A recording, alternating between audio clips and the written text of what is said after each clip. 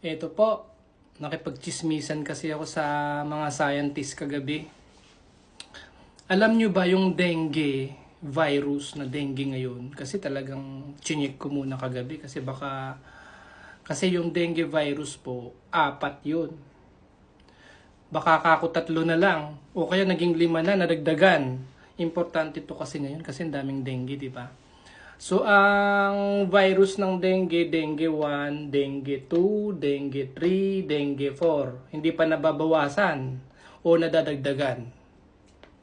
So, dengue 1, dengue 2, dengue 3, dengue 4, virus 4. Ang problema to sa mga scientists na ito, yung mga planeta may pangalan at yung ibang planeta sa universe, napakarami, ang daming pangalan, isa-isa may pangalan. But ito, na napaka-importanting virus na nagkukos ng sakit, 4 na nga lang walang pangalan. Bigyan na nga lang natin pangalan. Si virus Aida, virus Lorna, virus Fe, si Aida o si Lorna or si Fe, at saka si Eva.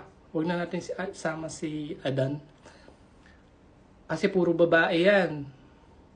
Kasi yung lamok ng nangangagat na nagkukos ng dengue ay babae. Yun lang po.